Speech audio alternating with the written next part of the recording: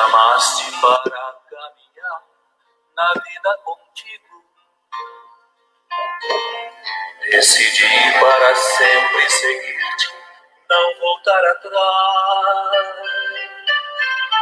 Me puseste uma brasa no peito e uma flecha na alma. É difícil agora viver sem lembrar-me de ti.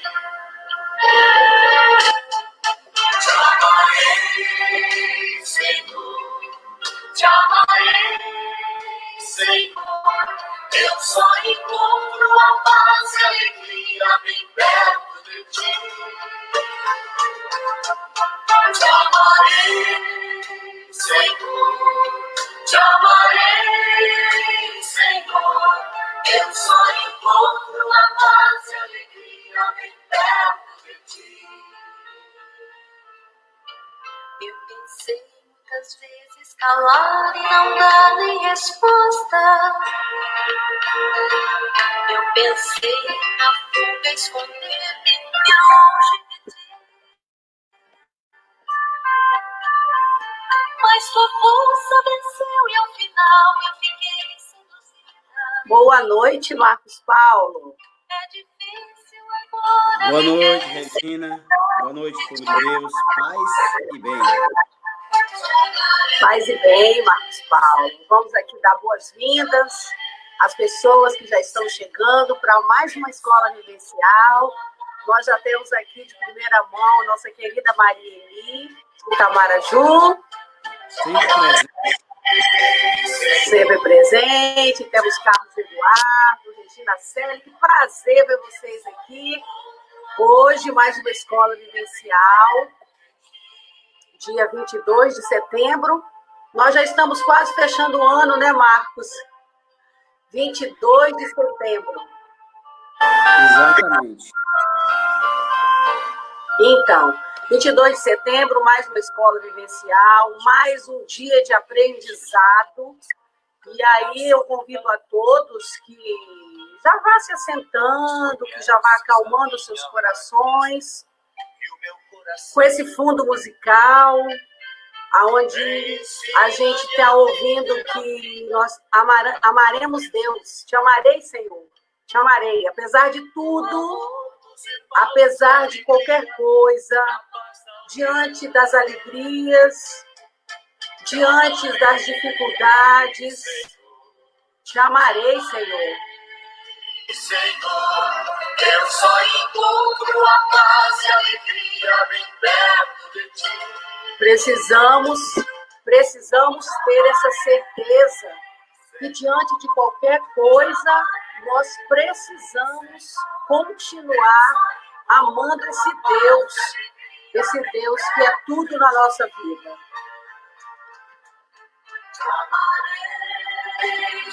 Sejam todos bem-vindos e bem-vindas a mais uma escola vivencial.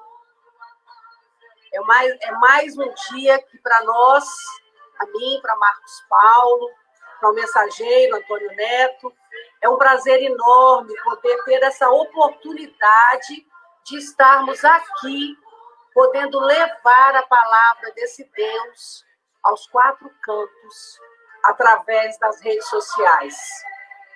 É um prazer enorme ter vocês aqui, sejam todos bem-vindos.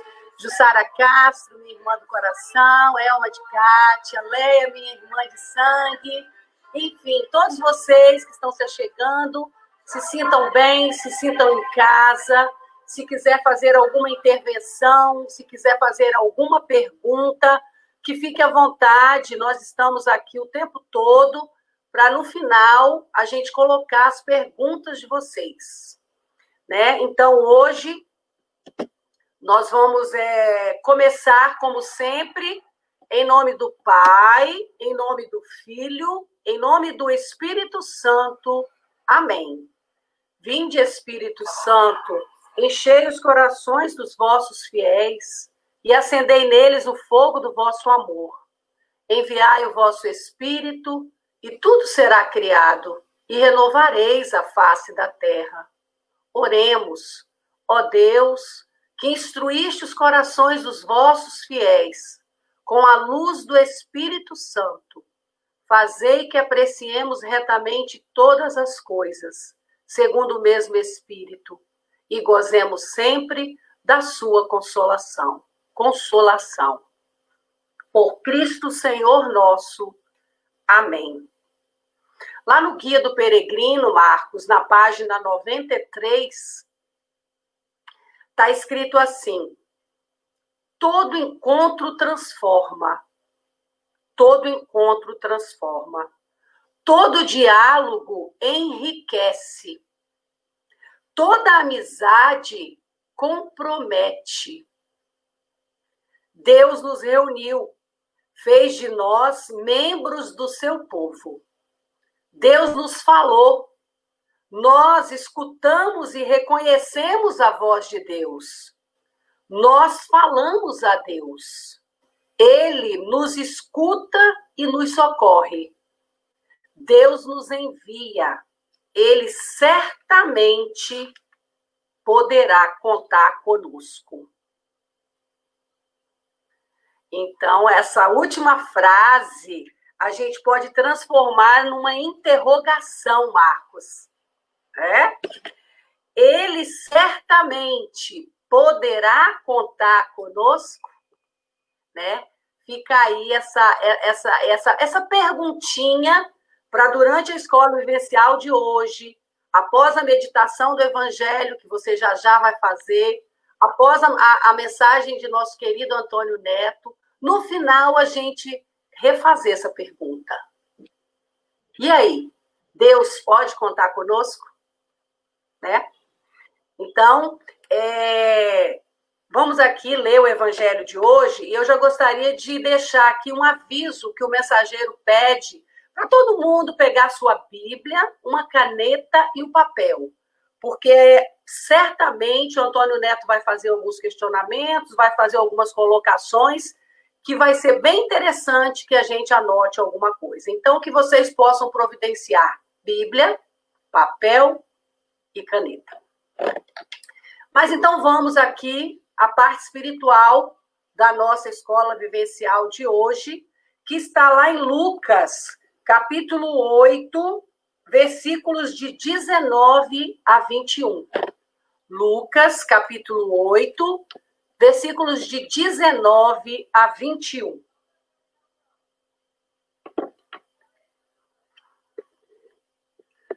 Sua mãe e seus irmãos chegaram até ele, mas não podiam abordá-lo por causa da multidão. Avisaram-no então: tua mãe e teus irmãos estão lá fora querendo te ver. Mas ele respondeu: minha mãe, meus irmãos, são aqueles que ouvem a palavra de Deus e as põem em prática. Palavra da salvação. Glória a vós, Senhor. É isso aí, Regina. Boa noite, povo de Deus. Sejam bem-vindos a mais uma terça-feira das nossas escolas vivenciais online, ainda limitados, mas confortados pela tecnologia de nos fazer levar a evangelização, levar uma mensagem, levar inclusive até esperança para quantas pessoas. De repente, isso que nós fazemos aqui talvez seja a melhor coisa que alguém possa ouvir nessa noite. Pode ser um divisor de águas, então a gente não pode mensurar o alcance que essas mensagens e o bem enorme que tem feito na caminhada de muitas pessoas. Esse evangelho que você acaba de ler, Regina, ele não é exclusivo de Lucas. Ele está nos 3 evangelhos sinóticos, Mateus, Marcos e Lucas. Portanto, dada a importância desse tema. E aí a grande pergunta que a gente tem que se fazer é por que Jesus disse isso? Por que ele aproveitou essa oportunidade que sua mãe e seus irmãos chegaram para passar uma mensagem, para passar um ensinamento para aquela multidão que ele estava ensinando? Então ele dá como se fosse uma pausa e diz: olha, meus irmãos e minha mãe são todos aqueles que fazem a vontade do meu Pai. De maneira, eu acredito que errônea, muitas vezes as pessoas fazem uma interpretação de que Jesus estaria aí desprezando a sua mãe. Mas Maria foi a primeira a fazer a vontade de Deus quando disse seu sim para o projeto que o anjo trazia da parte de Deus para ela. E ela disse sim. Então, Maria é a primeira a cumprir a vontade do Pai.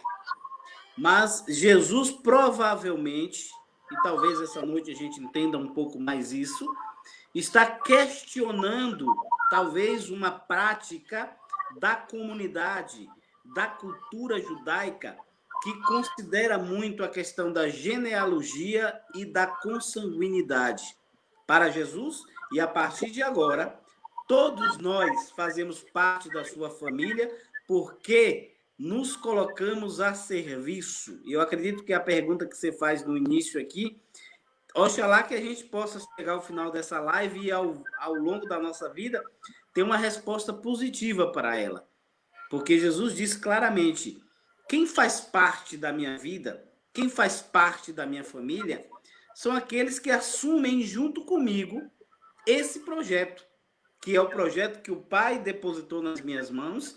Eu estou ensinando como fazer, mas na minha ausência, quando eu não estiver aqui, mandarei o Espírito Santo Paráclito, deixarei de fazer para que nós, os seus ouvintes, os seus discípulos, os seus apóstolos, possamos continuar esse projeto. Portanto, hoje, a grande pergunta também é: tenho eu feito a vontade do Pai? Tenho eu feito a vontade do Deus na pessoa de Jesus Cristo?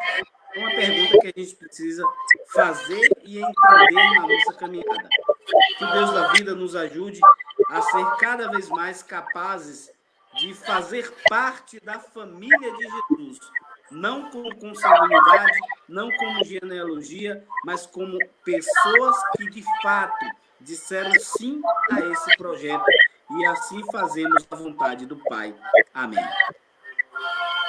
Marcos, é bem interessante mesmo, porque se todas as pessoas que ouvem a palavra de Deus é a família de Deus, então nós precisamos tomar isso para nós.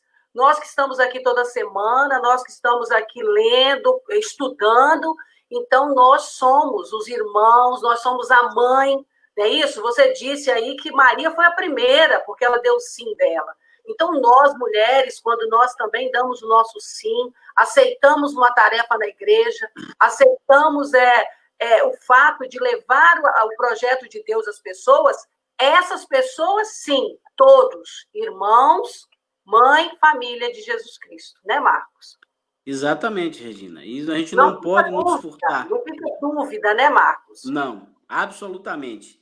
E aqui Jesus não despreza as famílias consanguíneas. Jesus amplia. Jesus abre um leque e diz assim, ó, todos podem participar. Basta querer. E aí talvez hoje a gente entenda também nessa perspectiva de São Mateus que o Antônio Neto vai nos apresentar, de quem é Mateus e como ele entra nessa perspectiva também. Isso é interessante nós entendermos, que assim como ele entrou, nós também somos convidados a entrarmos nesta dinâmica do reino, fazer parte dessa família.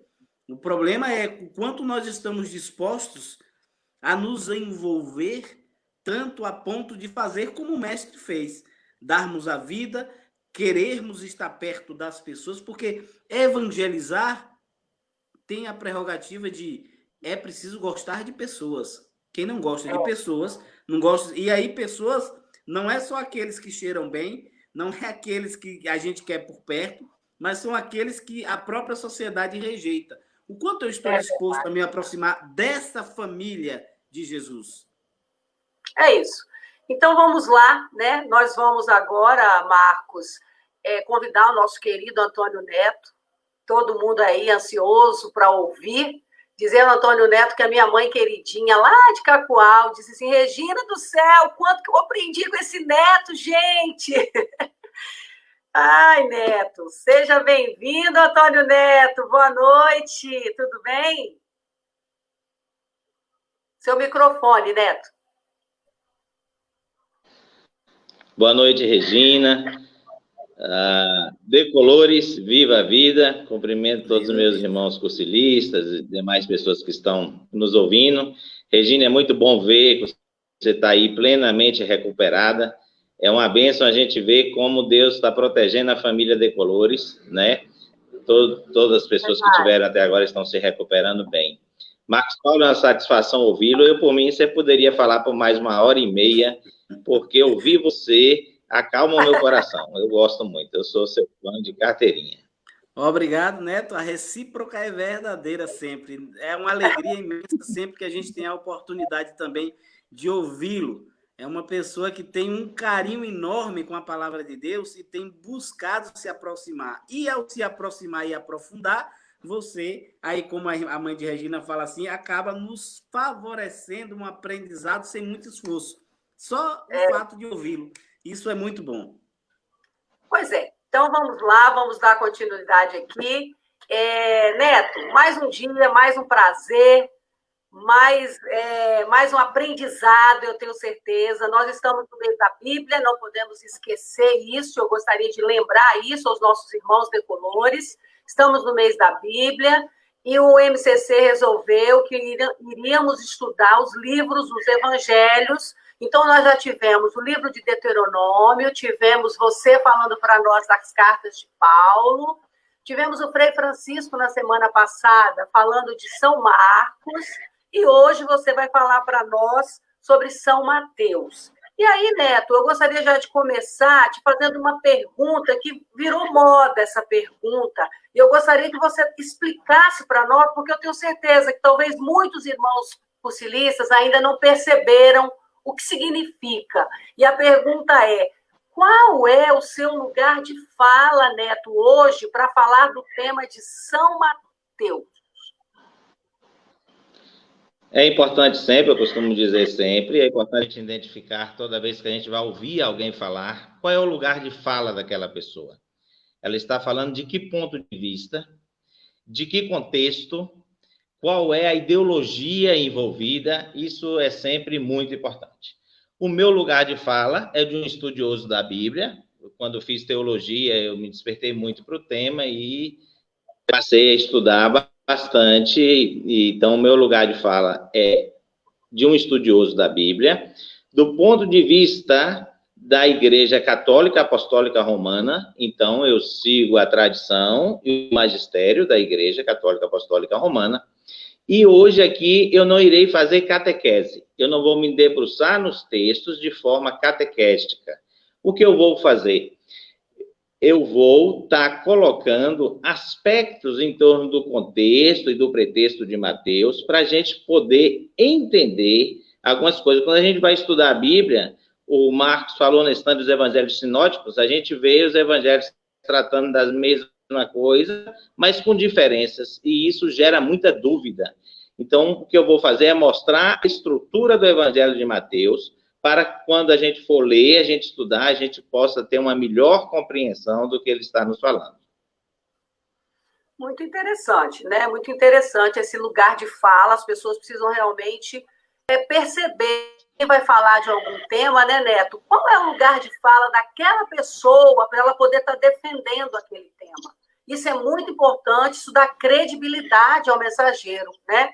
E aí, Neto, não podia ser diferente, então agora a pergunta eu vou fazer para você é o seguinte, e qual foi o lugar de fala de São Mateus quando ele foi escrever o Evangelho de São Mateus?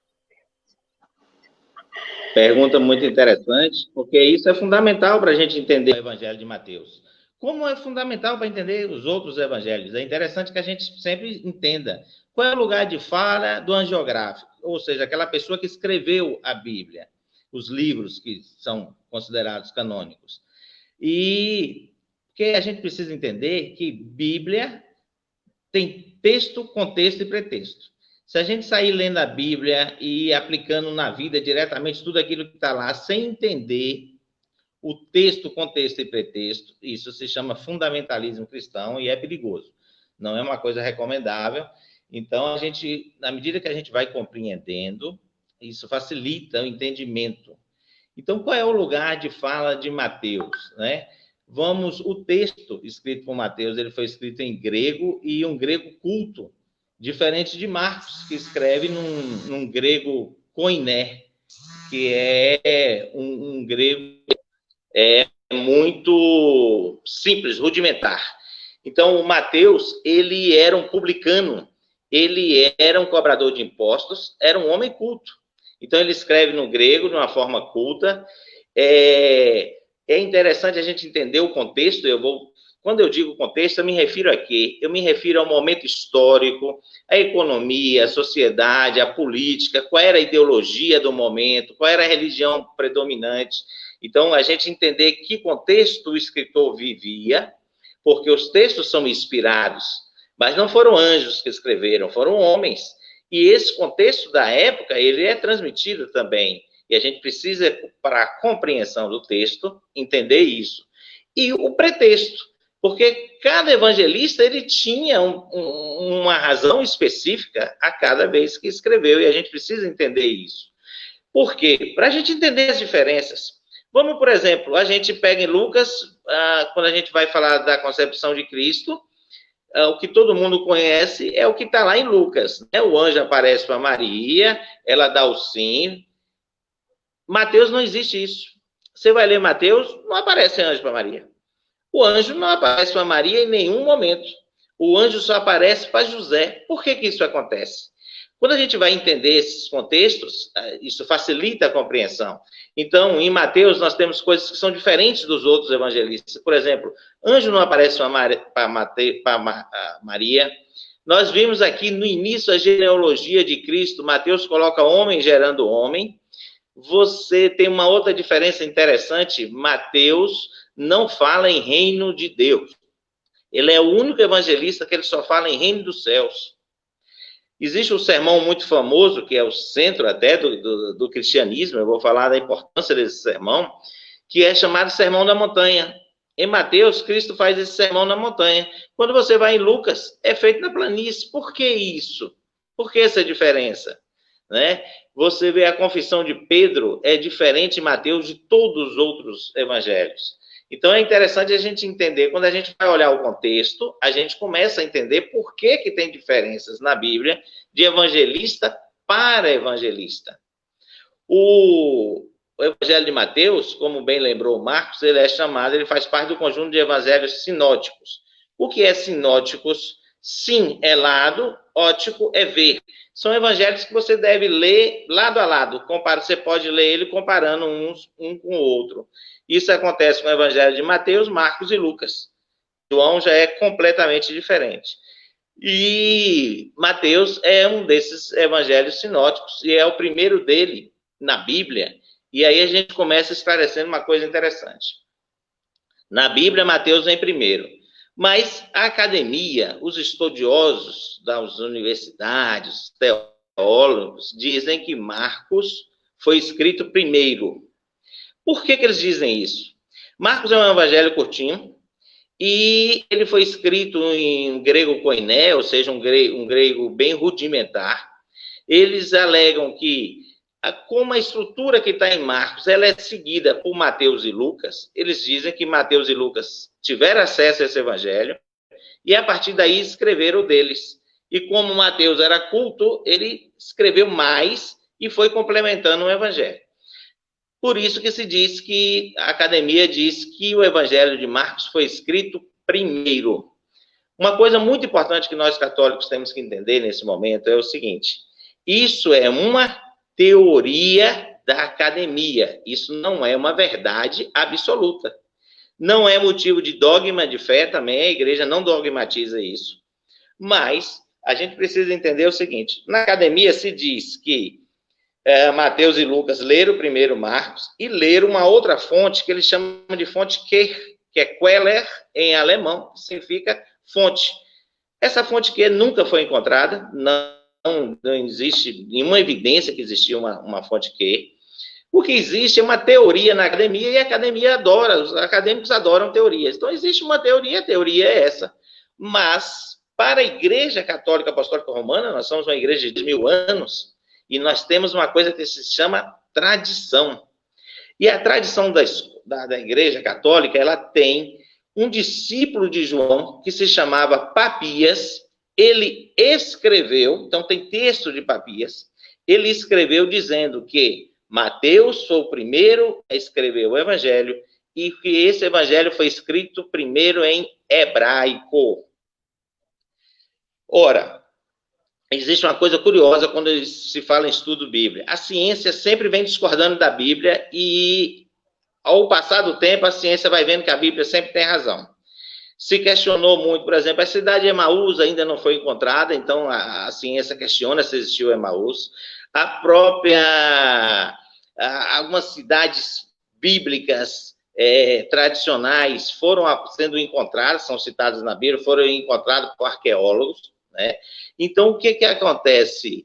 A própria Nazaré, a ciência duvidou muito da existência de Nazaré no tempo histórico, muito recentemente mesmo, que foram encontradas em escavações, residências em Nazaré, datadas do século I, ou seja, a ciência vem sempre provando que a Bíblia está certa.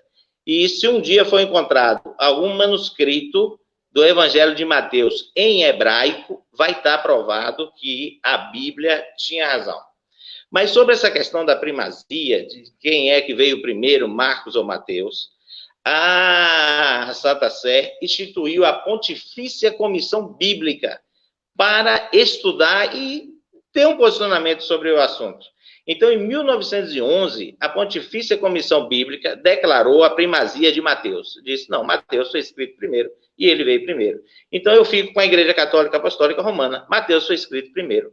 Da mesma forma que se diz aqui que Mateus leu Marcos, Marcos pode ter lido Mateus e feito um resumo da obra de Mateus.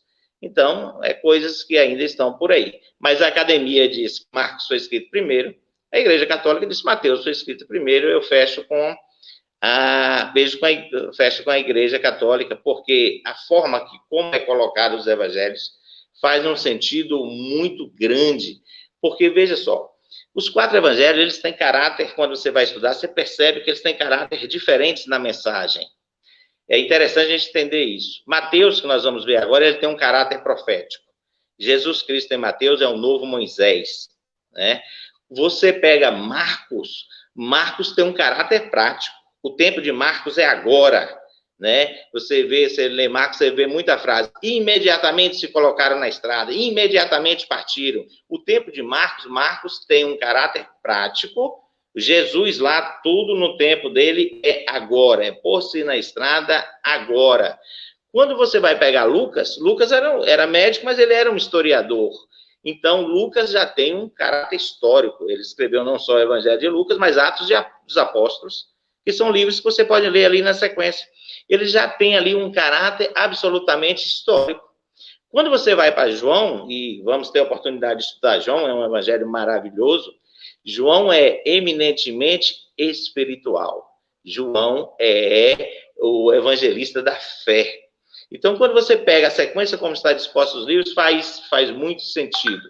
Mas qual era o lugar de fala de Mateus? Mateus era publicano, era um cobrador de impostos, logo ele era culto, sabia ler e sabia escrever. Esse evangelho foi escrito entre o ano 70 e 80 depois de Cristo. Olha que interessante. A igreja primitiva, ela se dava através da tradição oral. Não tinha o suporte que nós temos hoje de ter uma Bíblia, né? E ele foi escrito nessa fase aí de 70 a 80. Então, é chamada essa fase de período talmúdico. O que é o Talmud? É uma coletânea de livros sagrados judeus, onde tem ali os registros das discussões rabínicas, a lei, a ética, o costume, a história do judaísmo. Vamos lembrar que Cristo era judeu, ele estudou o Talmud, né?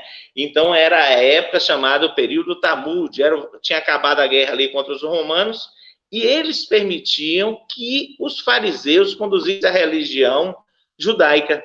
Então, os fariseus, que vamos lembrar que os judeus, eles tinham várias divisões, saduceus, zelotes, E os fariseus eram aqueles que eram responsáveis por administrar a religião e fazer o cumprimento da lei. Naquele tempo havia duas grandes escolas rabínicas, com certeza Jesus provavelmente pertenceu a uma delas, dá para dizer isso quando a gente vai estudar. Uma era dirigida por um Tanaim. Tanaim é o nome do professor, ali o rabi que conduzia os estudos. Um se chamava Shammai.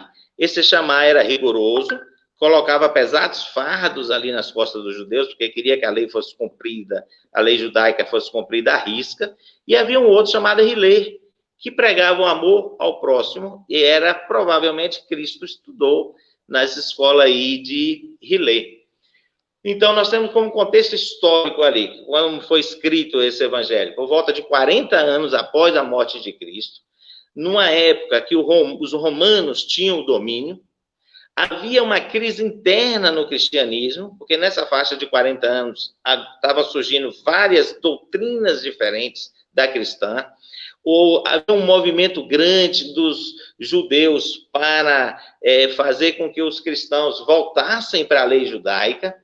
Então, os fariseus faziam uma oposição ao cristianismo com o apoio do Estado, que era Roma. Então, se perseguia os cristãos, né, em favor da... Você tinha o judaísmo como religião oficial, qualquer coisa fora daí era proscrita, era crime. Né? E para quem que Mateus escreve? Mateus escreve para os judeus. Ele escreve para a comunidade judaica da época, que estava havendo ali uma disputa entre os judeus e cristãos. Então, ele escreve para os judeus, que ele queria ali que fossem convertidos para o cristianismo. Ele apresenta Cristo como um novo Moisés, então ele é altamente linkado com o Antigo Testamento. A palavra cumprido, e isso se aconteceu para que cumprisse o que estava escrito. Aí ele cita o Antigo Testamento, você vê isso 10 vezes no Evangelho de Mateus. Ele faz 53 citações e 76 alusões ao Antigo Testamento. É o evangelista que mais vezes cita o Antigo Testamento. Ele faz isso por 129 vezes. Né? Então, ele está muito linkado. Qual é o objetivo de Mateus? Fortalecer a fé dos judeus cristãos, que estão sendo pressionados a retornar para o judaísmo farisaico. E ele quer também converter novos judeus ao cristianismo. E qual é a estratégia adotada? E isso é importante para a compreensão do Evangelho. Ele apresenta Jesus como enviado do Pai, como um novo Moisés, que vem ensinar o modo correto de se relacionar com Deus. E é quem tem a autoridade para interpretar a lei. Né? E isso é uma coisa interessante. E é interessante você ver algumas das características ali de Mateus. No início, se você pega aí a Bíblia, no Evangelho 1, você abre em Mateus, ele apresenta uma genealogia de Cristo. E está escrito assim: genealogia de Jesus Cristo, filho de Davi, filho de Abraão. Abraão gerou Isaac, Isaac gerou Jacó, Jacó gerou Judá e seus irmãos. Judá gerou de Tamar, Farés e Zara. Farés gerou Esrom, Esrom gerou Arão, e por aí vai. Olha que coisa interessante. Homem gerando homem. Não fala em mulher gerando. Quem gera aí é homem, homem gerando homem. Isso é uma coisa curiosa, que na religião judaica, só é judeu quem nasce de mulher. Um judeu, se ele concebe um filho com uma não judia, o filho não é judeu. Só é judeu quem nasce da mãe judia. Mas, ainda assim, você vê uma tradição altamente machista. E a gente tem que entender isso. Os hebreus eram uma sociedade altamente machista. As mulheres estavam lá, no máximo, no mesmo patamar de servo, mas na prática ainda estavam abaixo dos servos. Um servo era mais valorizado do que uma mulher na cultura judaica. Por isso você vê e você começa a entender as coisas. Você vê homem gerando homem nessa genealogia. Aí imediatamente você entende outra coisa. Por que na cultura judaica o anjo não aparece para Maria? Por que ele aparece para José? Porque seria escândalo na cultura judaica se um anjo se dignasse aparecer para uma mulher. Seria absolutamente inaceitável, seria algo escandaloso naquela cultura. Então, o que faz Mateus para contornar esse problema? Mateus coloca o anjo falando com José. O anjo só aparece para José, em sonhos, etc. Não é com Maria. Em função de quê? Em função da cultura machista predominante entre os hebreus. Tá? Ele é o único que fala no reino dos céus. Os outros evangelistas falam em reinos de Deus. Por que isso? Porque na cultura hebraica, e vale a pena a gente lembrar até do Pai Nosso. Pai Nosso que estais no céu, santificado seja o vosso nome. Quem nos ensinou e essa oração foi Cristo, e ele veio do judaísmo, e para o judeu o nome de Cristo era sagrado. Sagrado a ponto de não ser falado, não ser citado. Então, Javé não é citado. Por isso que ele não fala em reino de Deus, ele fala em reino dos céus. Isso é uma diferença interessante. Mas vamos lá. Para o judeu, os 5 primeiros livros da Bíblia, que é o chamado Pentateuco, é a lei, recebe até um nome específico, que é a Torá. É onde está a lei judaica, onde tem 613 mandamentos que um judeu tem que cumprir. E até hoje no judaísmo é assim que funciona. É 613 leis, ali o judeu tem que cumprir aquilo. Então nós temos ali 5 livros apresentando as leis. Pois vem Mateus, ao escrever seu evangelho, ele também divide o evangelho em 5 livros. Isso é uma coisa interessantíssima para a gente entender. O evangelho de Mateus é dividido em 5 partes. Eu vou mostrar, vou comentar cada uma, e você vai ter a possibilidade de marcar aí na sua Bíblia para você entender essas 5 divisões do evangelho de Mateus. E aí eu já te dou uma chave de leitura muito interessante, que é o seguinte: você consegue determinar o momento exato dessas divisões no evangelho de Mateus a partir de uma frase. Ele sempre termina, quando termina uma parte, está escrito o seguinte, e eu vou mostrar na Bíblia toda vez que essa frase aparece. É uma frase que diz assim: quando Jesus terminou essas declarações, essas instruções, essa parábola, o seu sermão, quando Jesus terminou, essa é uma palavra-chave. Ali significa que terminou uma parte do Evangelho de Mateus. Então, isso está bem claro, é fácil a gente identificar isso na Bíblia, e eu vou mostrar. Bom, qual é a primeira parte? São 5 partes. Qual é a primeira parte desse Pentateuco de Mateus? A primeira parte vai do Evangelho 1 ao Evangelho 7. Se você quiser tomar nota, é uma coisa interessante para você ter esse conhecimento específico, ou quiser marcar aí na sua Bíblia. A primeira parte do Evangelho de Mateus vai do capítulo 1 ao capítulo 7. E é interessante, vale a pena a gente estar comentando, porque para os judeus a numerologia hebraica era cheia de significados. Não existe um número no Antigo Testamento que está lá à toa. E todos eles têm significado. A mesma coisa vale para o Novo Testamento para quando você vai estudar o Apocalipse. Não tem número à toa, todos eles têm um significado. O 7, para os hebreus, era considerado um número perfeito. Por quê? Porque ele era a soma de 4 mais 3. 4 era considerado um número cosmológico. Você já deve ter ouvido a expressão os 4 cantos da Terra. Se acreditava que a Terra era achatada, e os 4 cantos da Terra, então, abrangia o cosmo inteiro, o mundo inteiro. Mais 3. Quando você quer fazer o superlativo em português, por exemplo, santíssimo é o superlativo de santo. Existe uma palavra, santíssimo, que determina isso. Na língua hebraica, não. Na língua hebraica, toda vez que você quer fazer o superlativo, você repete 3 vezes. Santo, santo, santo. Isso é santíssimo para o hebraico. Então, o número 7 ele é um número perfeito porque ele pega o número cosmológico 4 mais 3, né, mais o superlativo. Então, é o cosmo ao superlativo. Por isso que o 7 é considerado um número perfeito. Não há tempo aqui, mas até no mundo fora do cristianismo, a influência hebraica com o número 7 é uma coisa impressionante. Se você for olhar no mundo cultural de todos os países, o número 7 tem as 7 maravilhas do mundo. Tem uma influência muito grande. Mas muito bem. É interessante a gente ver o seguinte. No Evangelho de Mateus, tem uma característica que quando você for ler, você estudar, você vai notar. A ação de Jesus se dá de 2 formas.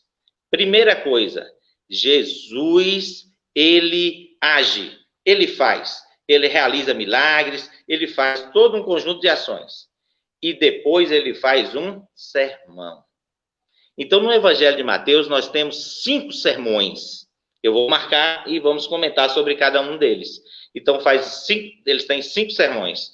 Então, do capítulo 1 ao capítulo 7, nós temos a primeira parte. Só que entre o capítulo 3, você tem uma introdução, vou falar um pouco dela, e no capítulo 3 e 4 está as ações de Jesus. Aí depois ele faz o sermão dele. Essa introdução mostra a semelhança ali, como Jesus foi perseguido. A semelhança de Moisés. Vamos lembrar que Jesus é o novo Moisés. Nós estamos falando da nova aliança. E Mateus quer deixar isso claro para os hebreus. Você vê que Cristo teve que ir para o Egito, porque ele foi perseguido pelo faraó, ele foi perseguido ali por Herodes. A semelhança de Moisés. Moisés foi perseguido pelo faraó quando criança, está lá em Êxodo, se você quiser ver depois, Êxodo 1, 15 e 22. Então, Cristo vai para o Egito e retorna do Egito para a Terra Sagrada, ou seja, o mesmo percurso que Moisés fez. O mesmo percurso. Moisés vai para o Egito, liberta o povo e conduz o povo para a Terra Sagrada, a Terra Prometida. Né? Chegou a ver a Terra Prometida, não chegou a entrar, mas ele conduziu. Então, o que acontece? Você vê o mesmo link aí de Jesus com Moisés, que você pode ver lá em Oséias 11:1, Jeremias 31:15. Muito bem. Jesus é batizado, inicia a pregação, convida os discípulos, faz milagres. Ou seja, primeiro ele é batizado, depois ele inicia a pregação lá na Galiléia e segue agindo, e depois ele faz a pregação dele. Quando começa o sermão, depois da ação de Jesus, em que momento se dá o primeiro sermão? É o chamado Sermão da Montanha. E por que é um sermão na montanha e não um sermão no planície, como está em Lucas? Porque se você for observar o Antigo Testamento, tudo que é importante, tudo que é sagrado para os judeus acontece na montanha. O judeu subia a montanha para orar, para ficar mais próximo a Deus. Então, a montanha é um lugar sagrado para o judeu. Por isso, se Mateus está escrevendo para os judeus, não podia ser em outro lugar, não podia ser na planície, como aconteceu com Lucas. E a gente vai entender depois, quando a gente for falar de Lucas, quem for falar vai explicar, porque lá o sermão é na planície e não na montanha. Então, esse sermão da montanha se dá nos capítulos 5 e no capítulo 7. E aí vale a pena abrir um parênteses para explicar uma coisa importante que todo cristão deveria saber. Enquanto a lei está lá para o judeu no Pentateuco, os 5 primeiros livros da Bíblia, a lei para nós cristãos está expressa no capítulo 5 a 7 de Mateus. O capítulo 5 a 7 eu recomendo, meus irmãos. É um capítulo para você fazer a Lex Divina, a leitura orante, para você ler, refletir, meditar. Ali está a nossa lei. A lei que Cristo nos dá está no Sermão da Montanha, nas bem-aventuranças. São leituras, é uma leitura que é imprescindível para o católico, para ler, reler, meditar. Porque toda a lei que nós devemos seguir, Mateus coloca aí no capítulo 5 a 7, né? Ali no capítulo 6, 9, Cristo ensina para a gente o Pai Nosso, e o base ali do Evangelho de Mateus é que existe uma felicidade perfeita nos céus e imperfeita aqui na terra, no caminho da santidade. Porque no início ali das bem-aventuranças, fica claro que cumprindo a bem-aventurança, nós temos o caminho da santidade traçado aqui na terra, né? E isso é uma coisa interessante. Vale a pena estar comentando, porque isso é bem importante, e você vai abrir sua Bíblia agora em Mateus 5, vamos dar uma olhada nas bem-aventuranças. Eu quero chamar a atenção para que se entenda o seguinte, Existe uma hierarquia nas bem-aventuranças, nós precisamos entender isso. As coisas mais importantes do Evangelho de Mateus estão nos menores capítulos. E a gente sai lendo assim por cima, sem interpretar e sem ver a importância, a amplitude e a profundidade teológica do que está escrito ali. Então, as bem-aventuranças estão aí no capítulo 5, né? Estão aí do 5:1 ao 5:12. E elas estão hierarquizadas. É isso que eu quero chamar a atenção de vocês. Essas bem-aventuranças, elas seguem uma hierarquia. Que hierarquia é essa? Primeiro, ela trata daquilo que nós temos que mudar em nós mesmos. Ela trata da maior batalha que existe na vida do ser humano, que é a batalha dele contra a natureza dele. A maior batalha que temos na nossa vida é contra a nossa natureza.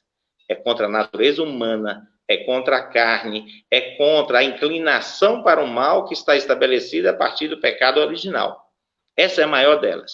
Então, começa as bem-aventuranças e quem nos dá ela é Jesus Cristo. Ele começa colocando aquilo que a gente tem que combater em nós. Depois, ele coloca mais duas. Essas que tem que combater na gente é 3. Eu vou passar por elas, vou explicar para a gente entender. Depois, ele coloca mais duas, que é como viver em sociedade. É aquilo que a gente tem que praticar com os outros. Por fim, ele coloca na terceira hierarquia, como nós devemos nos comportar com Deus. E aí vem a quarta, que é aquela que nos liga e nos conecta com Cristo. Vale a pena dar uma olhadinha e comentar a respeito. Eu disse que eu não ia fazer catequese, e não pretendo, mas eu vou só chamar a atenção para a gente entender essas hierarquias, que é importante que o cristão, o católico, entenda isso com clareza solar. Vamos embora lá. Você pode acompanhar na sua Bíblia, Mateus 5:3, primeira bem-aventurança. Está escrito: bem-aventurados que têm um coração de pobre, porque deles é o reino dos céus. O que essa bem-aventurança nos ensina? Ela nos ensina que devemos ter cuidado com as riquezas, que se nós nos apegarmos ao mundo material, a gente esquece que nossa passagem na Terra é finita, que caixão não tem gaveta, e a gente esquece de cuidar da vida eterna. E a gente se prende um dia depois do outro na busca do vil metal, na busca do status, na busca de posição social, e esquece que isso, para a vida eterna, vale mais ou menos coisa nenhuma. E a outra coisa que ela nos lembra é sobre o combate à avareza. A Igreja Católica, ela tem a caridade como centro de nossas ações. Ao contrário dos nossos irmãos evangélicos, que a fé, para eles, basta a fé para estar salvo, nós temos Tiago, disse que a fé sem obras é morta. Então, nós praticamos a caridade, né? Então, o que chama a atenção aí é o que é essa obra aí, é você não se apegar ao mundo material e você não se tornar uma pessoa avarenta. Essa é a primeira. Aí você vem a segunda, ainda no combate das pessoais. Está escrito, Mateus 5:4. Bem-aventurados que choram, porque serão consolados. O que isso está combatendo dentro da gente? Bem-aventurados choram. O que é o choro? Basta você dar uma olhada no contrário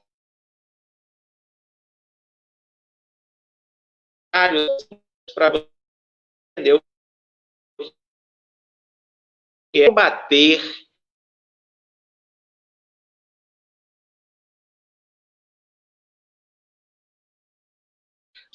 dá prazer, você não sai da frente de uma Netflix, você não sai na frente de uma televisão, você do boteco, você vai beber cerveja, bebida todo dia, você vai comer muito, você vai fazer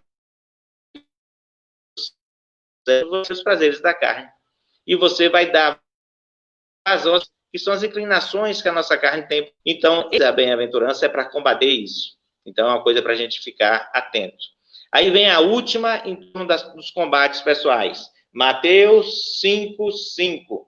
Bem-aventurados mansos, porque possuirão a terra.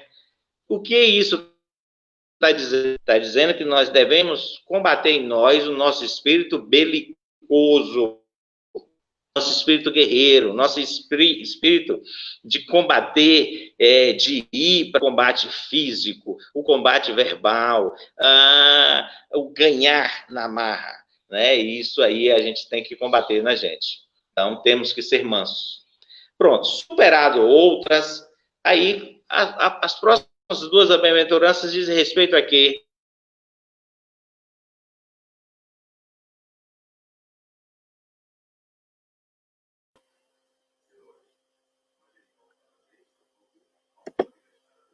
Está travando, né, Marcos? Antônio Neto, você está travado para nós. Inclusive, quando ele já falou lá da segunda bem-aventurança, eu não consegui entender direito. Felizes os que choram. Não sei se você conseguiu entender, Marcos, mas para mim aqui já travou um pouquinho ali naquele momento. Não, para mim também. Está travado até agora. Voltei. Regina, me deu um feedback. Pronto, eu vou te falar o seguinte, Neto. Voltei. Quando você falou da segunda bem-aventurança, felizes os que choram. Não estou te ouvindo, Regina. Não consigo te ouvir. Eu preciso saber se eu estou sendo ouvido. Faz um legalzinho aí se eu estou sendo ouvido. Ótimo. Então, tá bom. Então, vamos lá. A próxima que diz respeito a como qual é a bem-aventurança que nos conecta com Deus. Mateus 5:8. Bem-aventurados puros de coração, porque verão a Deus.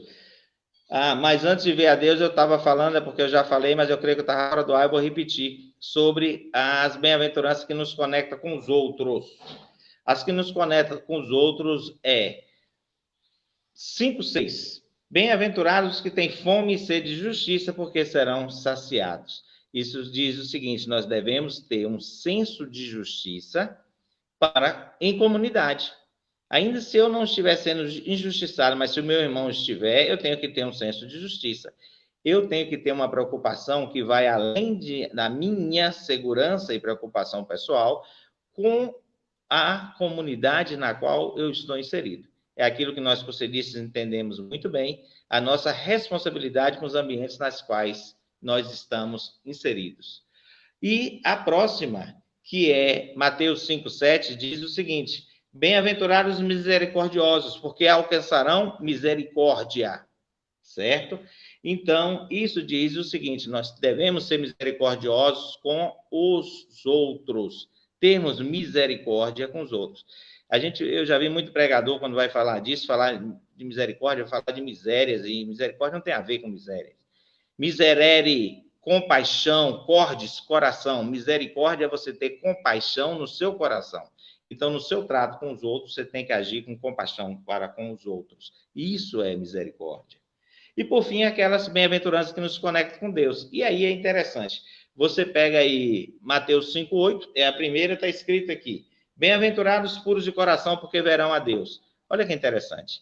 Se você conseguir atender as anteriores, você já será puro de coração. E já está aqui Cristo te garantindo que você verá a Deus. E a próxima é bem-aventurados pacíficos, porque são chamados de filhos de Deus. Então, nós não podemos ser elementos de divisão na vida de ninguém. E temos que ter uma atitude pacífica diante do mundo. Isso nos conecta com Deus. E, por fim, você tem Mateus 5:10, que diz o seguinte: bem-aventurados que são perseguidos por causa da justiça, porque deles é o reino de Deus. E a próxima diz: bem-aventurados sereis quando vos caluniarem, quando vos perseguirem, disserem falsamente todo o mal contra vós por causa de mim. Esse é aquele momento que a gente lembra de Paulo: já não sou eu que vivo, é Cristo que vive em mim. E toda vez que nós formos cristãos de verdade, seremos perseguidos. E toda vez que formos perseguidos por causa de Cristo, Cristo vai estar vivendo na gente. Então, vale a pena ler e meditar sobre essas bem-aventuranças. Muito bem, acaba aqui o primeiro livro. E aí eu vou mostrar a frase de transição que eu disse que existia. Abra aí Mateus 7:28. Dê uma olhada na sua Bíblia para você ver, é interessante até você marcar, se for o caso. Mateus 7, 28, só para você identificar a frase de transição. Olha o que está escrito. Quando Jesus terminou o discurso, é sempre assim, quando Jesus terminou aquilo que ele estava fazendo, que primeiro ele faz, depois ele fala. Então, quando Jesus terminou o discurso, a multidão ficou impressionada com a sua doutrina. E aí tem o início a segunda parte. O que é essa segunda parte? Essa segunda parte, que vai do capítulo 8 ao capítulo 10, é chamado de o Sermão da Missão. É onde ele escolhe os apóstolos e ele faz aquilo que nós católicos consideramos que é o momento da instituição do sacerdócio na nossa igreja. Ele faz o sermão do envio, o sermão da missão ali dos apóstolos. Ele fica ali no capítulo 8 e 9 fazendo milagres. Nesse capítulo 8 e 9 ele faz 10 milagres, né? E depois ele vai e faz o sermão ali da missão, aonde ele vê a multidão enfraquecida, ele pede operários para a messe, institui o sacerdócio dos apóstolos, dá poder aos sacerdotes e envia para a missão. Ele dá a missão, dá poder aos apóstolos, assim como essa é transmitida pela sucessão apostólica, o poder para os nossos padres e nossos sacerdotes, né? Então, é interessante a gente notar que ele institui ali um estilo de vida diferenciado, que é o estilo de vida que a nossa igreja segue ali, que os nossos sacerdotes têm uma origem, e ele está aí. Pronto, aí ele chega no sermão, o sermão do envio ali, o sermão da missão, está no capítulo 10, você pode marcar e depois você pode ler. Só para a gente ver como tem uma frase clara de transição, eu tenho dito, dê uma olhada em Mateus 11, 1. Termina ali o sermão da missão.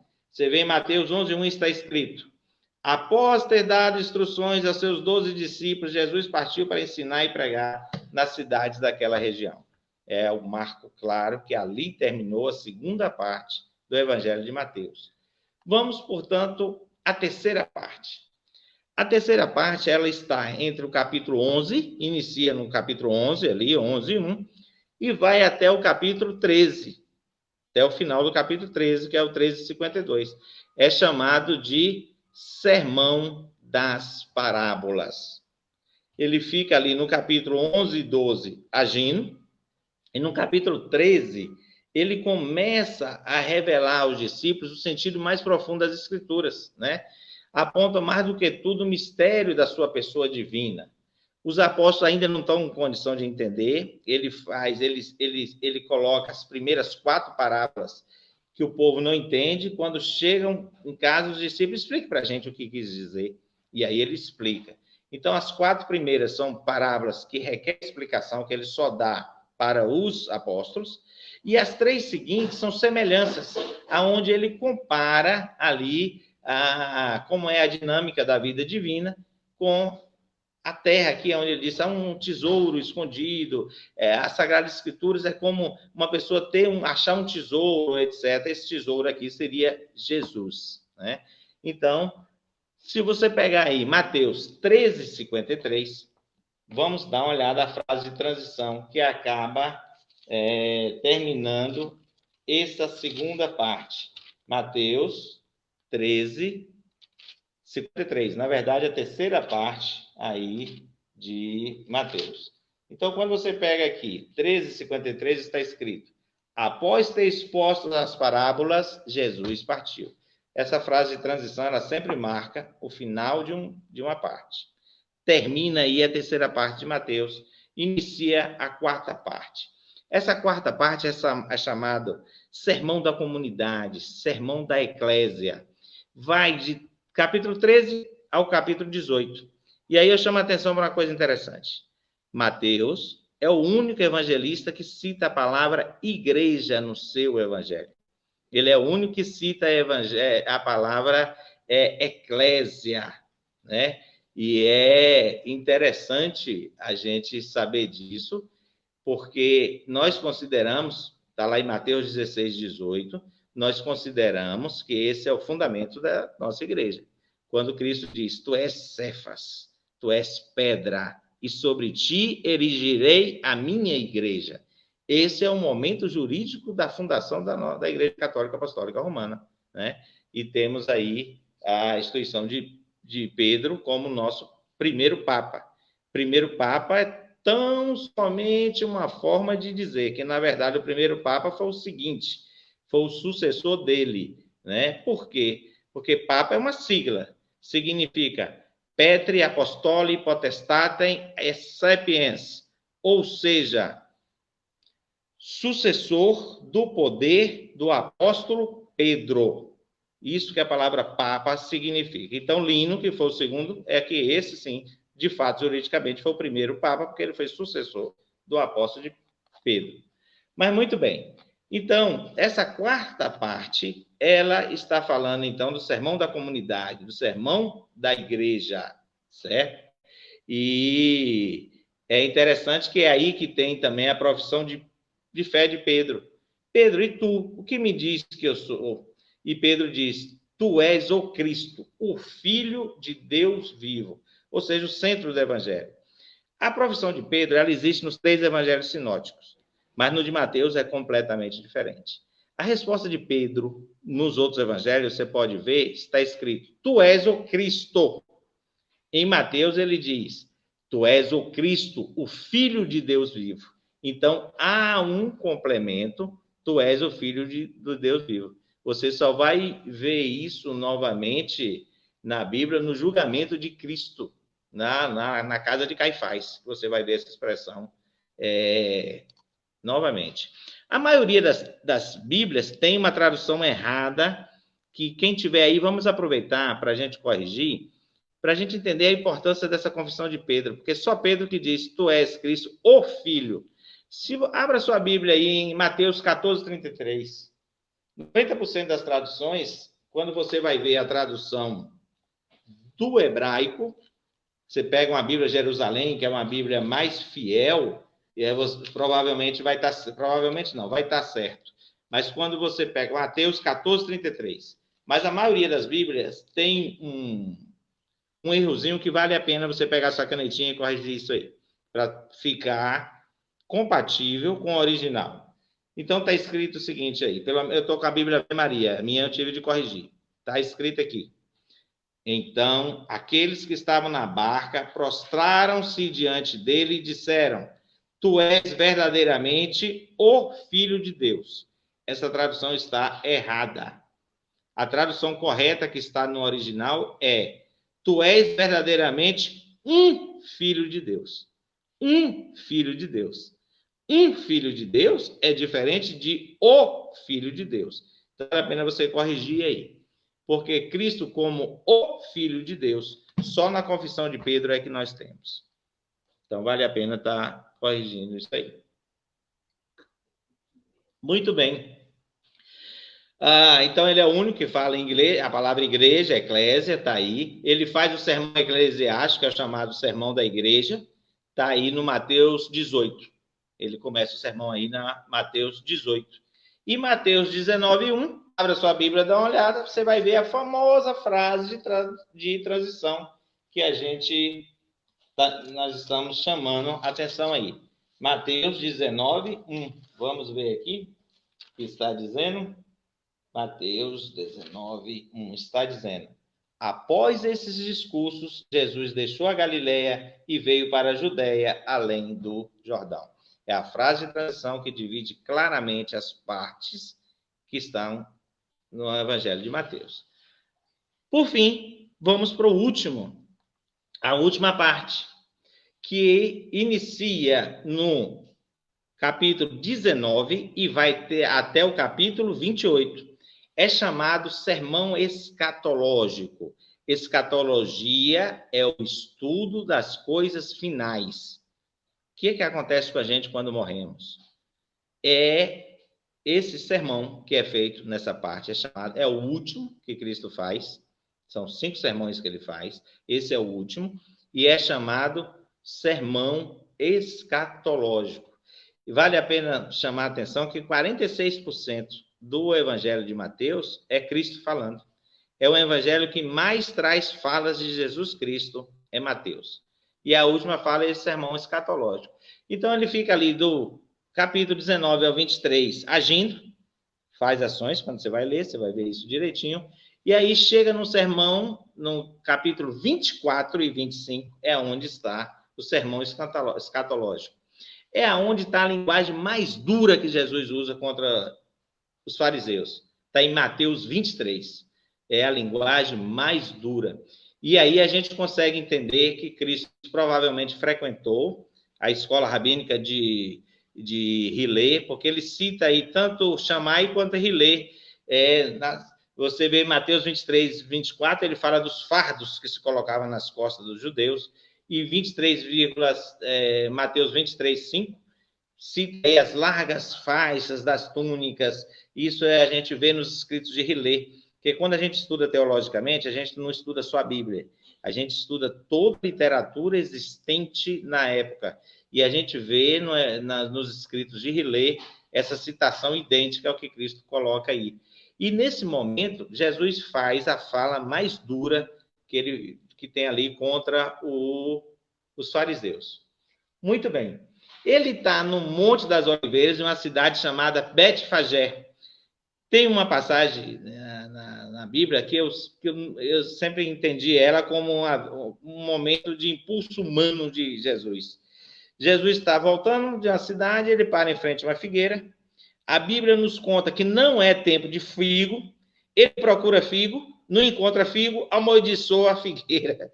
Eu sempre me perguntei que razão que fez essa figueira para Cristo amaldiçoá-la. E a figueira seca, ele queria lá figo inteiro, que não existia figo. Eu sempre vi essa passagem como um ato humano de Cristo, que Cristo é verdadeiramente homem e verdadeiramente Deus. Mas quando você vai estudar, olha que coisa interessante. Quando você vai estudar, quando você pega a Bíblia, vai estudar, eu creio que estou sendo ouvido. Vamos lá. Quando você pega a Bíblia, vai estudar, você vê uma coisa interessantíssima. Betfagé significa a casa do figo. E a figueira sempre simbolizou o Antigo Testamento. Quando ele sai de lá, ele amaldiçoa a figueira, é um símbolo da antiga aliança, porque os judeus não aceitam Cristo. A figueira não dá frutos, não aceitam Cristo. Por isso ele amaldiçoa a figueira. É muito bom entender isso. E nós temos, nessa última parte, a entrada triunfal em Jerusalém. Ela lembra a parousia dos finais do tempo, né? Quando ele julga os vendilhões, expulsa os vendilhões do templo. Um dia, Cristo irá julgar todos nós ali. Ali foi um julgamento. E é interessante a gente olhar os links que tem com o Antigo Testamento. Quando Davi enfrenta a revolta de seu filho Absalão, ele sai de Jerusalém para onde? Para o Monte das Oliveiras, ali debaixo de Lamentações. Com Jesus Cristo, nós temos a situação inversa. Jesus Cristo sai do Monte das Oliveiras para a entrada triunfante em procissão ali em Jerusalém. É uma coisa interessante. E ainda vale a pena ver um outro link, você tem em 1 Reis 1, para a coroação de Salomão. Davi fez que ele entrasse em Jerusalém montado em uma mula para ser coroado rei. A mesma coisa acontece com Jesus, que é descendente de Davi. Está lá no Mateus 1, na genealogia que eu comentei aqui a respeito. Jesus é descendente de Davi, e tal qual Salomão entrou em glória em Jerusalém, ele entra em glória em Jerusalém montado em um burrico. E esse fato de ser entrado em um burrico faz parte do evangelho, da centralidade do evangelho de Mateus. Eu explico isso um pouquinho na frente, já estamos concluindo. Então é interessante essa citação. Tem uma citação em Mateus 24, 34, que é muito, muito discutida, porque ele diz o seguinte, que ainda nessa geração ele voltará, a volta dele, mas ele não voltou. O pessoal fala, mas Cristo errou, o que acontece? A interpretação que a igreja dá ali nesse momento é que ele se referia ao conjunto de todos os fiéis como uma só geração, a geração dos que procuram o Senhor, como está em Salmos 23, 6. e a fé da igreja não cessará até o fim, conforme a promessa de Cristo. Eis que estou convosco todos os dias até a consumação dos séculos. Mateus 28, 20. Né? Aí vem a última ceia, e é interessantíssimo a gente entender essa passagem da última ceia, porque tem um detalhe importante. Então, vamos lá para encerrarmos. A última ceia, né, ela está intimamente ligada ao sacrifício na cruz. Ela está absolutamente ligada, e vamos entender isso. Na cultura judaica, quando se fazia essa ceia pascual, havia 4 cálices que eram ingeridos em momentos diferentes da ceia. O primeiro, se ingeria um cálice que estava com ervas amargas, se comia ervas amargas. Depois vinha um cálice com pão ázimo. O pão ázimo é como a nossa hóstia, né? Que é ali um pão sem fermento. Então, comia-se do pão sem fermento. Por fim, o cálice do vinho, que é o cálice da refeição principal. Quando você vai ler a última ceia, você vê que Cristo parou aí, que ele faz a consagração, ele usa as palavras que são repetidas até hoje na missa, e ele toma do cálice do vinho. Pronto. Quando se tomava do cálice do vinho, comia-se o cordeiro. Quem lê aí acha que acabou ali. Depois a gente vai ter o sacrifício lá na frente. Mas não. O 4º cálice, que ele não ingere ali, acontece na cruz. Por isso que a última ceia está intimamente ligado ao sacrifício. O último cálice é chamado de cálice da consagração. É quando se finaliza a ceia, se canta os salmos e aí tudo se consuma. É o cálice da consumação. Esse cálice da consumação termina na veia, termina lá no crucifixo de Cristo, quando Jesus está sendo crucificado. Primeiro ele pede para passar esse cálice. Ele lá no Gólgota, ele diz a Deus, se fosse possível, que passasse esse cálice sem ele ter que beber. Que cálice é esse? É o 4º cálice. É o cálice da consumação. E aí é o vinagre, a esponja de vinagre embebida numa vara que dá para ele. Nesse momento, nós temos aí o cálice da consumação. Né? É uma coisa interessante a gente entender isso. Então, ele bebe do vinagre, só depois disso, tudo está consumado. Aí, na ressurreição, o anjo avisa para Maria Madalena, outra Maria que está lá, e manda um recado para os judeus, para eles encontrarem Cristo lá na Galiléia, que foi onde tudo começou, na montanha. Né? E é interessante isso. Pronto. O sermão escatológico, nós temos aí depois, o que vale a pena estar mencionando aí. Todo o evangelho tem um versículo que é considerado central, porque ele traz toda a ideia do contexto que o evangelista quis nos passar. Que evangelho central é esse que é considerado, é apontado em Mateus? Ele está em Mateus 21, 5, e diz o seguinte: dizei a filhas de Sião, eis que teu rei veio a ti, cheio de doçura, montado numa jumenta, num jumentinho, filho da que leva o jugo. Isso está escrito no Antigo Testamento, em Zacarias 9:9, e ele coloca ali como a realização, e está citado, é a última citação que ele faz, isso acontece para se cumprisse o que estava escrito em Zacarias 9:9. Ou seja, Cristo é o novo Moisés, é quem tem autoridade para interpretar a nova lei e é o nosso Redentor.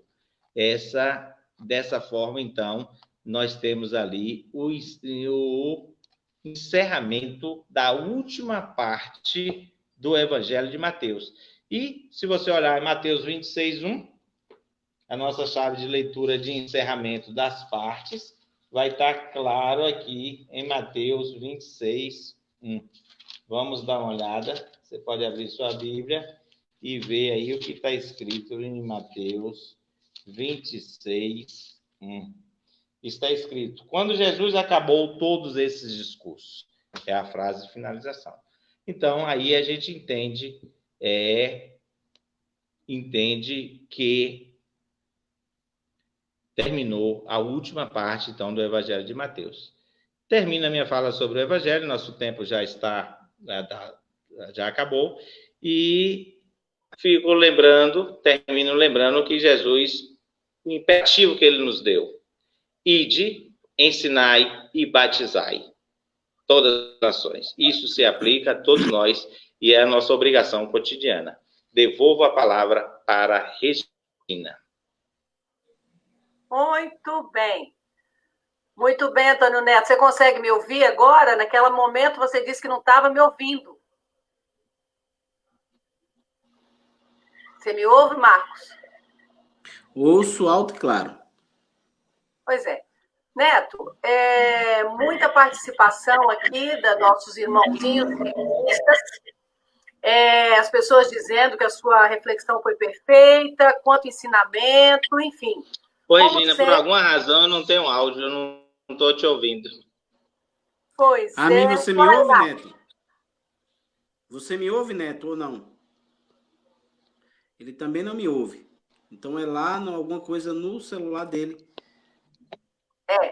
Enfim, foi tudo perfeito, foi tudo maravilhoso, né? Se tiver alguma pergunta, infelizmente eu não vou poder responder. Eu realmente fiquei sem áudio, não sei porquê, mas não falhou o áudio. Lamento. Que pena, né? Que pena mesmo. Então, Neto, você não está ouvindo, mas depois, quem sabe, você vai poder ouvir depois. Nós gostaríamos, então, de agradecer, parabenizar a você por essa aula, né, Marcos? Que foi maravilhosa, esclarecedora. As pessoas aqui do lado colocando que foi muito bom, quantos ensinamentos, né, Marcos Paulo?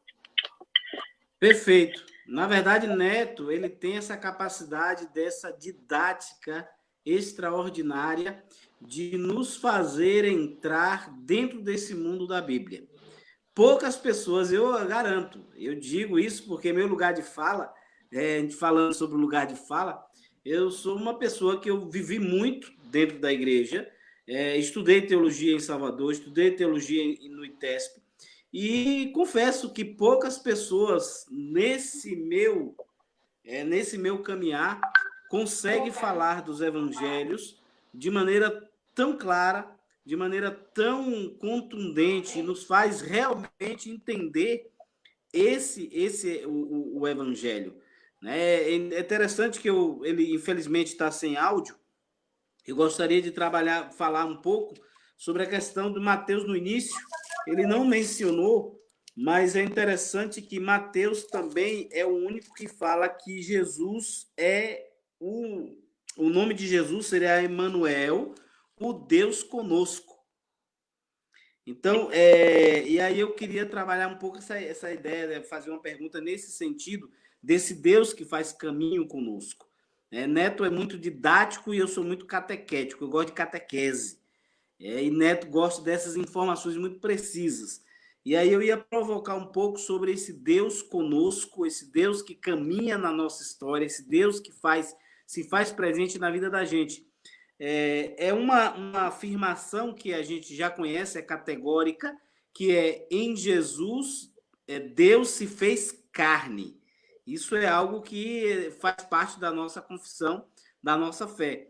Deus se fez carne. E Dom Pedro Casaldáliga tem uma expressão que ele é muito, muito pertinente, porque ele disse, em Jesus Deus se fez carne, mas também Deus se fez classe.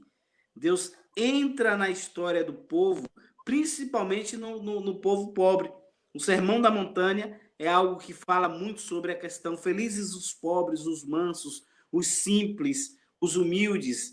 Então, Jesus se faz classe, se insere dentro desse contexto. E eu ia fazer justamente a pergunta provocando como hoje nós celebramos e nós vivemos esse Deus conosco. Me parece que nós vivemos uma religião do Deus lá em cima, do Deus distante, do Deus que justifica pautas, do Deus que cria o mundo, mas nos coloca no mundo não como dominadores do mundo. Quando cria o Jardim do Éden, Deus nos coloca como jardineiros. E aí vai uma denúncia contundente sobre todas as queimadas e o governo faz pouco caso, diz que é assim mesmo, que todo ano acontece, e não é.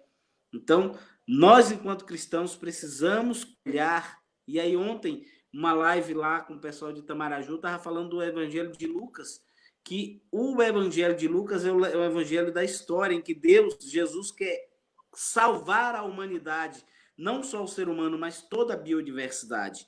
E essa biodiversidade significa os animais mortos na floresta, no Pantanal, na Amazônia, fora do Brasil, e nós precisamos entender, dentro desse contexto, que salvação nós queremos para a humanidade, já que nós somos hoje os seguidores e os continuadores deste projeto que Jesus inicia.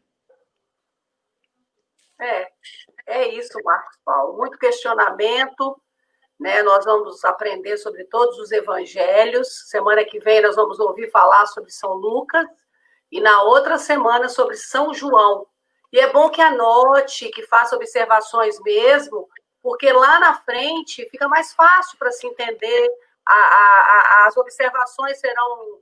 A gente consegue relembrar depois, né? Então, o Neto foi muito sucinto na fala dele, como você mesmo diz, né? Ele é preciso nas informações, e isso é muito legal, ajuda muito a gente. E nós gostaríamos de relembrar, Marcos, ao nosso povo, nossos irmãos cursilistas, que o movimento de cursilho ele tem um tripé. Esse tripé ele é a oração, formação e ação. E que nós continuamos com essas duas pernas. Infelizmente, a terceira perna não está podendo ser feita, por enquanto, que é a ação, devido à pandemia. Mas que as orações, nós não paramos de fazer. Toda segunda, quarta e sexta, nós estamos tendo terço mariano. E nas terças-feiras, nós estamos tendo escolas vivenciais maravilhosas. Escola vivencial de formação que tem dado para nós um crescimento bíblico muito grande. Então, Regina, mas a gente não pode se falar da ação, mas essa iniciativa que partiu do movimento Cursilho, do GED de Teixeira de Freitas, é uma ação maravilhosa. Essas lives, olha, a qualidade das mensagens que a gente tem ouvido aqui são mensagens capazes de transformar a nossa maneira de ser, de viver e de olhar o Evangelho.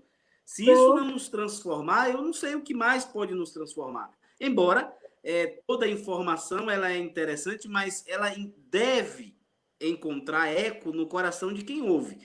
Então, se nós não estamos só ouvindo e não querer, porque eu acredito que, por exemplo, não tem como estudar o Evangelho de Mateus numa noite inteira, né, como uma live como essa.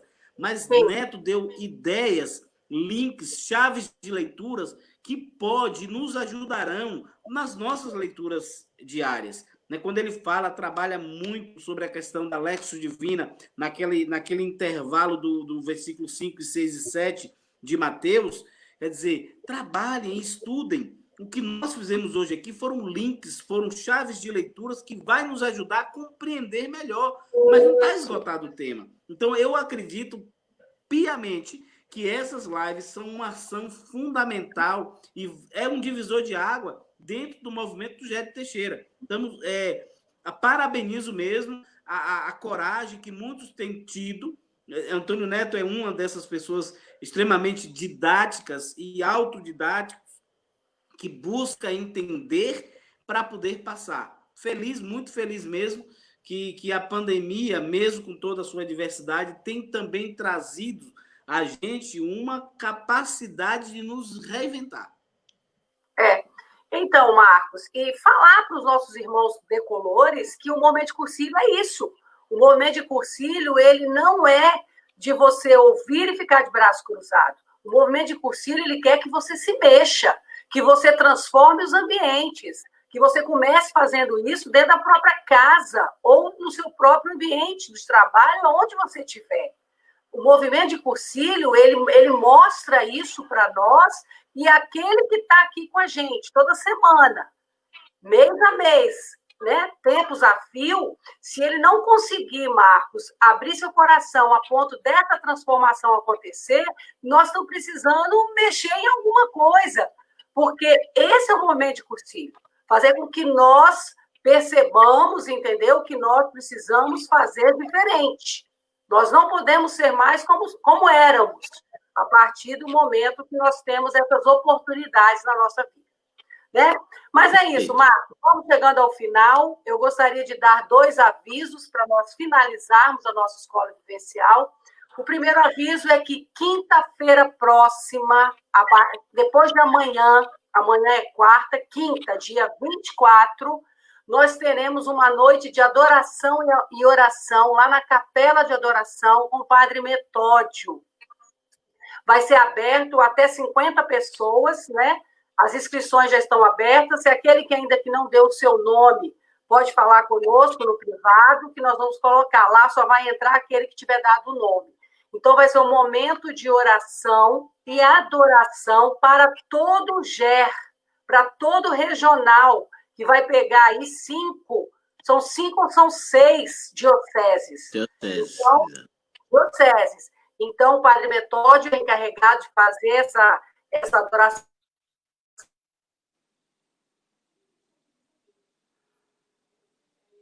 Regina, travou?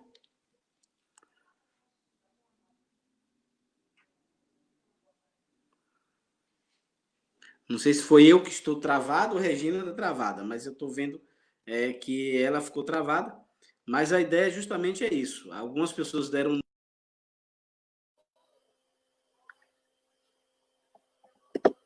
Marcos, eu não sei o que aconteceu. Não sei, deve ter sido a internet daqui que deu uma falhada. Mas vamos para lá. Então, o primeiro aviso é esse. E o segundo aviso é avisar a todos os meus irmãos, colegas, cursilistas decolores, que eu estou me afastando a partir de hoje da função de coordenadora do setor de Teixeira de Freitas.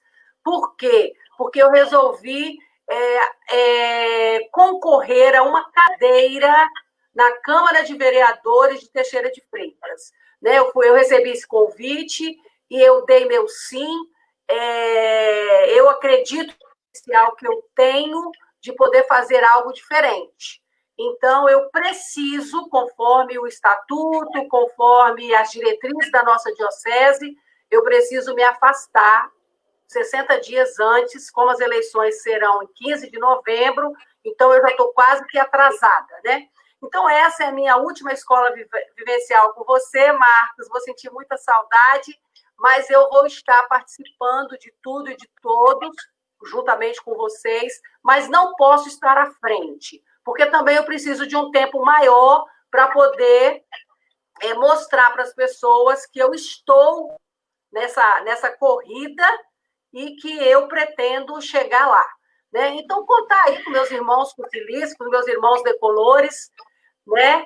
E dizer que é um prazer muito grande estar aqui com essa responsabilidade, junto com você, Marcos, e junto com os mensageiros, levando a palavra de Deus. É um prazer enorme. Mas é temporário, ficamos assim. Né? Vamos, então, fazer a nossa oração final. Vamos repetir lá, Marcos? Você conseguiu pegar seu guia aí? Na página... Meu guia sempre está aqui. Agora, hoje... Deixa eu ver. Não tem problema, Marcos. Gente, lá na página 93, são frases belíssimas. São frases belíssimas que diz o seguinte: todo encontro transforma. 93, Marcos. Vamos lá.